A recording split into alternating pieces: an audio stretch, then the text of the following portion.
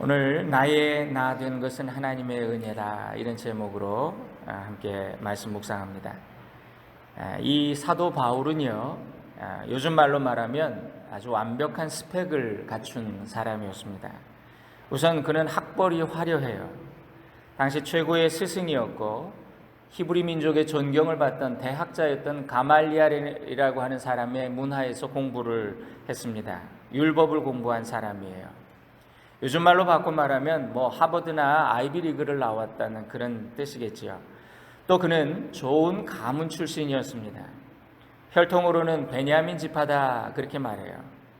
베냐민은 아버지 야곱의 사랑을 받은 아들이었고요. 또 이스라엘의 첫 번째 왕이었던 사울을 배출한 가문입니다. 그러니까 우리식으로 말하면 전주시 가문의 이성계 직계 자손 몇 대손 이런 얘기예요. 쉽게 말하면. 바울은 바리새파에 속한 사람이에요. 그러니까 우리식으로 말하면 정치적인 영향력이 있는 그런 신분이었습니다. 또한 그는 당시에 전 세계를 지배하던 로마의 시민권을 가지고 있던 사람입니다.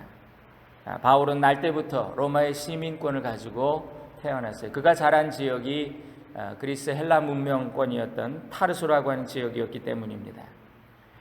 미국에 살면서 신분 문제로 어려움 겪는 분들을 많이 보는데요. 그분들에게는 이 미국 시민권이나 영주권을 가진 사람들이 얼마나 부러운지 몰라요. 또 바울은 자신의 분야인 율법에서 탁월한 자였지요. 정통한 자였습니다. 무엇보다도 제일 놀라운 것은 그가 그 당시에 완벽한 바이링구얼이었다는 거예요. 히브리어와 또 그리거, 헬라어에 아주 능통한 사람이었다는 것입니다. 그러니까 이걸 오늘 현대식으로 풀어 말하면요, 코리안 아메리칸으로 미국 시민권자에 학부 서울대를 나와 미국의 권위 있는 대학에서 학위를 받고 존경받는 가문 출신이고 또 영어와 한국어가 완벽했던 그런 인재였다, 이렇게 표현하면 와닿죠. 그죠? 부족한 것이 하나도 없어요. 모두가 부러워하는 대상입니다. 스스로도 자부심이 대단했던 사람이에요. 그런데 이런 사람이 다메섹 도상에서 부활하신 예수님을 만난 후에 달라졌습니다. 변화가 일어나요. 자기 인생관에 변화가 일어나요. 내가 아무것도 아니라는 걸 깨달아요. 그는 자기 자신을 가리켜서 말하기를, 나는 만삭되지 못하여 난 자와 같다. 오늘 우리가 함께 읽었습니다. 여러분, 이 말은요, 만삭되지 못하여 난 자라는 말은요, 우리말로 칠삭동이다, 덜 떨어진 사람이다, 그런 뜻이에요. 무엇 하나 빠진 것이 없이 잘 갖추어진, 상례가 촉망되는 그런 유능한 이 사람이 예수 그리스도를 만난 후에 왜 그런 스펙과 그런 조건들을 아무것도 아니라고 그렇게 고백하게 됐을까? 자신의 자부심이었고 자신의 자랑이었는데 왜 그거를 버렸을까? 빌립보서 3장에 이런 말씀이 있어요. 그러므로 무엇이든지 내게 유익하던 것을 내가 그리스도를 위하여 다 해로 여김은 내 주 그리스도를 아는 지식이 가장 고상함을 인함이라. 내가 그를 위하여 모든 것을 잃어버리고 배설물로 여길 뿐더러. 그렇게 배설물로 여긴대요. 과거에 모든 자랑하던 것, 자기가 추구하던 모든 가치들은 배설물 같다는 거예요. 이 단어를 공동 번역에서는 쓰레기라고 번역을 했고요, 새 번역은 오물이라고 번역을 했고요, 킹제임스 버전을 보니까 실제로 덩 이렇게 돼 있어요. 그 모든 것, 내가 그렇게 소중하게 여기고 자랑하던 그게 똥과 같다는 거예요. 인생을 보는 관점이 달라졌어요. 그의 가치관에 혁명이 일어났어요. 여러분, 모든 동물들 중에 오직 인간만이 자기의 존재의 문제 그리고 가치의 문제를 가지고 고민해요. 우리가 개를 사랑하지만 개가 오늘 내 견생이 무엇일까 이러면서 고민하는 거 보셨나요? 여러분, 자신이 누구인지, 인생의 목적지가 어디인지를 확인하고 싶어하는 게 우리 인간이에요. 에덴 동산에서 인류는 뱀의 형상을 한 사탄에게 유혹을 받았죠. 너희가 하나님을 거역해 하나님의 말을 무시해봐, 그러면 하나님처럼 될 거야. 그 말에 속았어요. 그래서 인류가 타락했어요. 그리고 첫 번째 한 일은 스스로 자신들을 보호할 수 있는 옷을 무화과 나뭇잎 치마를 해 입었다. 여러분, 이게 문명이고 또 문화라고 제가 말씀드렸어요. 두려워하는 인간은 자기를 덮어주고 자기를 보호해주고 자기를 커버해줄 껍데기를 통해서 자신의 존재를 확인하려고 그래요. 이것이 우리가 쌓는 인생의 바벨탑이죠. 자신을 감추어주고 자신을 보호해주고 자신을 이렇게 꾸며줄 수 있는 그런 외적인 것들을 추구하면서 그걸 위해서 학벌과 또 스펙을 쌓고 또 돈을 법니다. 악착같이 살아요. 또 여자들은 외모에 목숨을 걸어요. 성형공화국이라는 말이 나올 정도로 남에게 인정을 받고 사람들이 그렇게 봐줄 때, 이렇게 봐줄 때 내가 확인되는 거예요. 나의 나됨이 확인된다는 거예요. 심지어는 신앙생활도 그렇게 해요. 나의 에고가 중심이 돼요. 남에게 더 믿음이 있는 것처럼 보이고 싶어요. 그렇게 원해요. 남보다 더 뛰어나고 잘난 사람들일수록 이런 성향은 더욱더 분명하게 드러납니다. 이 바울이 대표적인 사람이에요. 그는 자기의 외적인 조건들이 자신을 규정짓는다라고 그렇게 생각했어요. 그것이 하나님이 주신 복이라고 믿었어요. 그래서 그는 자부심이 있었고 자랑을 가지고 있었습니다. 빌립보 3장에 만일 육체를 신뢰할 것이 있다고 생각한다면 나는 더욱더 자랑할 것이 많은 사람이다. 여러분, 우리는 사람의 눈을 속이면서 살지만 동시에 우리는 사람의 눈에 속으면서 살아요. 신앙생활도 그렇게 해요. 하나님을 만나지 못해도 얼마든지 하나님 잘 믿는 것처럼 보일 수 있어요. 그래서 바울은 세상적으로 사람들의 눈으로 보기에는 누구보다 훌륭한 인격자였어요. 또 종교인이었어요. 아주 좋은 종교인이었어요. 자신도 그것에 자부심을 가지고 있었어요. 그런데 하나님 편에서 보니까 전혀 아니더라는 거예요. 그는 교회를 핍박하고 하나님 나라를 가로막으며 마치 가시더미를 뒷발질로 하고 살아가는 그런 고생스러운 아주 애처로운 인생이었다는 거예요. 하나님이 하신 말씀이에요. 그런데도 본인은 깨닫지 못했어요. 자신이 누구보다 큰 자라고 생각하며 살았어요. 모든 것이 무너지는 사건이 예수님 만난 사건이었어요. 예수님 만난 체험을 하고 그게 다 무너졌어요. 세상의 가치관을 가지고 나를 보면 세속적인 조건을 갖추어야 나 자신이 크게 보이죠. 괜찮게 보이죠. 그렇죠? 그렇지 않으면 내가 너무 초라해 보이니까 견딜 수가 없어요. 근데요, 내가 크게 보이는 그 사람은요, 하나님이 안 보여요. 작게 보여요. 참 이기상해요. 내가 크면 하나님 작아 보이고 내가 작으면 하나님이 커 보이는데, 여러분, 우리가 중생한다, born-again-한다, 거듭난다, 다시 태어난다 이렇게 표현하는 건 그의 가치관이 달라진다는 거죠. 니고데모가 어떻게 어른이 엄마 뱃속에 다시 들어갑니까? 네가 몰라서 하는 말이다. 물과 성령으로 너의 가치관이 달라져야 돼. 인생관이 달라져야 돼. 그래서 거듭난 사람은 하나님의 기준으로 나를 보기 때문에 내가 한없이 초라하고 작아 보이는 거예요. 그걸 알게 되는 거예요. 내가 얼마나 보잘것없는 사람인지. 하나님의 영광의 빛에 드러나는 그 순간에 여러분, 빛이 쫙 비춰오면요, 자동차에 저는 먼지가 그렇게 많은지 모르는데 빛이 딱 오니까 그게 다 보이는, 안 보이던 게 보이는 거예요. 내가 한없이 작은 존재임을 깨닫게 돼요. 우리 성도는 하나님 앞에 서 있는 자들이지요. 나 자신을 하나님 편에서 돌아보는 거예요. 만일 우리가 나의 학벌이나 지위나 외모나 재산 때문에 그래도 뭐 나 정도면 괜찮지 이렇게 생각한다면 우리는 어쩌면 하나님으로부터, 천국으로부터 먼 자일지도 몰라요. 세상에서 많은 걸 누리기 때문에 하나님의 은혜의 필요성을 잘 갈구하지 못하는 사람, 그는 오히려 세상에서 아무것도 누리지 못해, 아무것도 가진 게 없어, 하나님만이 내 소원이에요, 내 소망이에요 라고 말하는 자보다 더 불행한 인생이 될 것입니다.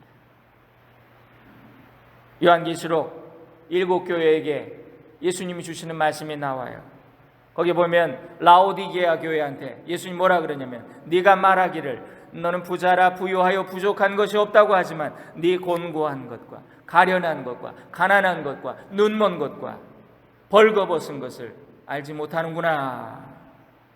그러면서 예수님 뭐라 그러시냐면, 내가 너를 권하노니 나에게서 불로 연단한 금을 사서 부유하게 하고 흰 옷을 사서 입고 벌거벗은 그 수치를 보이지 않게 하고 나에게서 안약을 사서 그걸 눈에 발라가지고 너의 어두운 눈을 보게 하라. 여러분, 라오디게아 교회는요, 그 당시에 아주 번듯한 교회, 제일 규모도 크고 부유한 교회, 예산도 많은 그런 교회였어요. 그런데 하나님은 다르게 보셨다는 거죠. 그러니까 중요한 것은 교회의 외형이 아니라는 거예요. 금 같은 믿음이 있는가? 흰옷 같은 거룩함이 있는가? 말씀의 안약, 믿음의 눈을 뜨게 하는 그것이 있는가? 진리가 있는가? 그 가치관의 변화가 교회를 교회되게 만든다는 거예요. 어떤 분이 공부를 많이 해요. 그리고 박사를 받았어요. PhD를 받고 포스트 닥터를 해요. 박사 2후 과정을 공부하고. 그래서 제가 저는 공부를 잘 못했는데 부럽네요 그랬더니 이분이 하시는 말씀, 자기는 자기가 공부를 잘한다고 생각한 적이 한 번도 없대요. 공부 하나 마치고 뭔 일을 해보려고 그랬는데 잘 안 되더래. 아무것도 할 게 없더래. 그래가지고 대학원이나 가야 되겠다. 그 다음 과정을 하고 또 그 다음 과정을 하고 그래가지고 여기까지 왔어요. 공부밖에 할 줄 아는 게 없어요. 그러세요. 겸손한 말이죠. 어떤 분은 사업을 너무 잘하셔서 돈을 너무 잘 버는 거예요. 그래서 돈 잘 버셔서 부럽네요. 또 이렇게 농담 삼아 얘기를 했더니 그분이 이런 얘기를 해요. 목사님, 저는 사실 유학으로 미국에 왔습니다. 사실 공부가 너무너무 하고 싶었습니다. 그런데 하나님이 사업의 길로 인도하셔서 제가 이렇게 돈은 많이 벌었지만 늘 마음에 아쉬움이 있습니다. 그렇게 고백을 해요. 여러분, 무슨 얘기입니까? 내 삶의 모든 조건이 내가 원하는 대로 되지 않더라는 거예요. 그래서 우리 하나님을 섬기는 크리스찬들은 어떤 외면적인 조건, 어떤 재산이나 무슨 지위나 학벌이나 외모나 이런 것들이 나를 교만하게 해서는 안 된다는 거예요. 또 반대로 그런 것들 때문에 내가 좌절해서도 안 된다는, 이게 죄예요. 하나님 앞에 죄예요. 이 모든 것을 하나님이 하고 계시기 때문에, 하나님이 하셨구나, 하나님이 하시는구나, 하나님이 다 인도하시는구나. 여러분, 이걸 깨달은 인생만이 잘 되는 것 같을 때 말이죠, 목에 힘주거나 그렇게 교만해지지 않고요, 또 어려울 때 낙심하거나 절망하거나 원망하지 않게 된다는 거예요. 이 삶의 균형을, 이 평정을 유지하게 된다는 거예요. 잘 될 때는 하나님의 은혜를 생각하고 겸손하고, 풀리지 않는 절망의 상황에서는 하나님만 바라보며 소망과 인내를 가지게 된다는 거예요. 오늘 본문 말씀에서 바울은 나의 나 된 것은 하나님의 은혜라 고백을 해요. 이전에는 율법으로만 하나님을 알았을 때에는 하나님을 철저히 오해했어요. 그런데 예수 그리스도를 통해서 하나님을 다시 진실하게 만나고 보니까 자기의 과거가 너무 부끄러운 거예요. 자기가 자랑하던 것들이 너무나 초라했던 거예요. 얼마나 보잘것없었는지. 이전까지는 자신을 썸바디라고 생각했어요. 은혜가 임하는 순간 자기는 노바디라는 걸 깨달았어요. 마치 욥기의 마지막 부분에 나오는 욥의 모습하고 아주 비슷합니다. 다 은혜의 과정은 다 비슷해요. 그는 자신을 의롭게 살았다고, 하나님 앞에서 온전하다고 생각해요. 욥이 그랬잖아요. 그죠? 내가 뭘 잘못했는지 잘 모르겠다. 난 하나님 앞에 이렇게도 하고 저렇게도 하고. 근데 왜 하나님이 이렇게 알 수 없는 고난을 나에게 주시는가? 그래서 하나님 앞에 논쟁하듯이 부르짖어요. 계속 하나님을 원망하면서 이게 도대체 뭐냐고, 하나님 대답해 보라고. 이것이 42장이나 되는 긴 욥기서의 내용이에요. 그런데 결국 욥이 깨달은 것은 철저한 하나님의 주권. 그래서 욥은 이렇게 고백해요. 욥기 42장 마지막에 보니까 당신은 모든 것을 하실 수 있으시며 당신의 뜻은 아무것도 방해를 받을 수가 없다는 것을 내가 압니다. 그러므로 내가 깨닫지 못하고 말하였고 내가 알지 못하였습니다. 내가 전에는 귀로 소리로 주님에 대해서 듣기만 하였었더니 이제는 눈으로 주를 보옵나이다. 무슨 얘기입니까? 신앙이 인식의 차원에서 경험의 차원으로 말이죠, 도약했다는 거예요. 그러므로 내가 나 자신을 멸시하고 티끌과 재 속에서 회개하나이다. 바울도 자기가 무익한 종이다, unworthy servant, 내가 아무것도 아니야, nothing이다. 깨달은 후에 이렇게 고백해요. 나의 나된 것은 하나님의 은혜다. 오늘 우리가 함께 찬양했습니다. 310장 가사에 이것도요, 위틀이라고 하는 분이 바울 같은 체험을 하고 쓴 시예요. 보니까 하나님의 은혜로 이 쓸데없는 자, 이 무익하고 아무것도 아닌 나 왜 구원해 주시는지 나는 알 수 없도다. 여러분, 인간은 누구에게도 원죄와 같은 자존심이라고 하는 게 있어요. 그러다 보니까 정말 남에게 인정받지 못하면 견딜 수가 없어요. 그래서 누군가 나를 좀 이렇게 무시하거나 나를 노바디 취급하면 말이죠, 절망하고 분노해요. 그런데 이상하게도 하나님의 은혜가 임하게 되면 이게 없어져요. 이 자존심이 없어지고, 주님, 나는 부족합니다. 나는 무익한 종입니다. 나는 아무것도 아니에요. 고백하게 돼요. 그러면서도, 그렇게 고백하면서도 아주 기쁘고 진정한 마음의 평안이 있는 거예요. 만일 내가 여전히 사람들에게 칭찬과 그 인정받기 위해 목을 메고 있다면 나는 아직도 하나님과 먼 자가 아닌가 생각해 봐야 돼요. 여러분, 바울은 이 고백 후에 누구보다도 더 많은 일들을 감당합니다. 그러나 그는 절대로 교만해지거나 또 실족하거나 넘어지지 않아요. 내가 모든 사도보다 더 많이 수고하였으나 내가 아니요 오직 나와 함께 하신 하나님의 은혜로라. 내게 주신 그 은혜가 헛되지 않게 되기를 바라노라.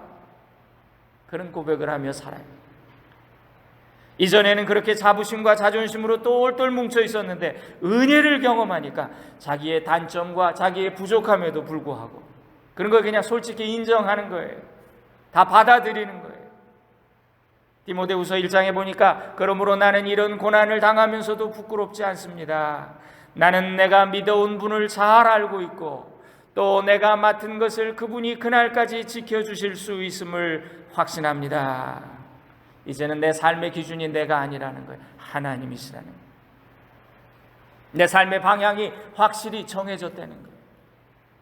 그 어떤 어려움이나 고난도 두렵거나 부끄럽지 않다는 그런 고백이에요. 그래서 오늘 찬양에 내가 믿고 또 의지함은 내 모든 형편 아시는 주님 늘 돌보아 주실 것을 나는 확실히 아네. 그죠? 여러분, 요한 웨슬리 목사님이 인생을 세 부류로 나누시더라고요. 먼저 자연의 법칙에 따라서 사는 사람이 있다. 자연인. 그 불신자의 삶이에요. 두 번째는 이 사람이 율법을 따라 사는 종교인이 되는 단계가 있다는 거예요. 은혜 받기 전에 바울의 모습이 아주 전형적인 종교인의 모습이에요. 그리고 마지막 복음과 은혜로 사는 그런 거듭난 인생이 있다 그랬어요. 이 거듭난 인생은 나의 욕심이 아니라 하나님이 나를 통해 뭘 원하시는가를 물으면서 사는 삶이에요. 여러분, 많은 분들하고 이렇게 얘기를 하다 보면 이런 걸 느껴요. 많은 분들이, 특히 젊은 사람들이 이런 두려움을 가지고 있더라고요. 교회 너무 열심히 하지 말아야지. 괜히 은혜 받으면, 하나님이 은혜 주시면 공부하고 사업 뭐 다 접고 선교사 나가라고 하실지 두려운 마음이 있더라고요. 여러분, 하나님이 우리에게 은혜를 주시는 이유는 공부와 사업 다 접고 너희 신학교 가서 뭐 목회자 되라, 뭐 선교사 나가라, 그거 아니에요. 하나님은 여러분의 신명과 여러분의 가치관이 변화되길 원하세요. 여러분의 삶의 목적이 변하길 원하세요. 왜냐하면 여러분을 써야 되니까. 여러분이 속한 그곳에서 여러분을 하나님이 쓰셔야 되기 때문에. 이전에 내가 인생의 본분과 목적을 알지 못해서 나 자신을 위해 육신의 정욕, 안목의 정욕, 이생의 사랑을 위해서만 살았다면, 그리고 그렇게 잘 되려고 내가 열심히 공부했다면 이제는 하나님의 영광을 위해 하라는 거예요. 공부도 하나님 영광을 위해 하라는 거예요. 돈도 하나님 영광을 위해서 벌라는 거예요. 먹든지 마시든지 무엇을 하든 이제부터는 하나님의 영광을 위해서 하라는 것. 이제부터는 사람의 눈을 의식하며 살지 말고 외적인 것만 보고 판단하는 그런 세상, 그 사람들이 날 규정해 주는 거 아니니까 나의 나된 거 하나님의 은혜임을 깨닫고 고백하며 천국 바라보고 살라고 그렇게 말씀하시는 거예요. 우리 삶은 하나님의 선물입니다. 우리가 이룬 모든 일들도 하나님의 은혜예요. 그게 크다고 교만하거나 또 자랑할 것도 없어요. 내 삶의 성과가 작다고 낙심할 것도 없어요. 그저 모든 것이 감사의 조건이에요. 나의 성공도 하나님의 영광을 위한 것, 나의 실패도 하나님의 영광을 위한 것. 나는 주님의 도구. 주권도 생명도 하나님께 있음을 고백해야 돼요. 그리고 내가 유일하게 관심해야 될 것은 이 땅에서 나의 삶이 하나님의 목적을 이루는 그 사명 감당하고 있는가, 그 부르심의 소망에 합당한가, 그것을 위해 내가 순종하고 있는가, 이것만 물으면 되는 거예요. 그것으로 우리의 내세가 결정됩니다.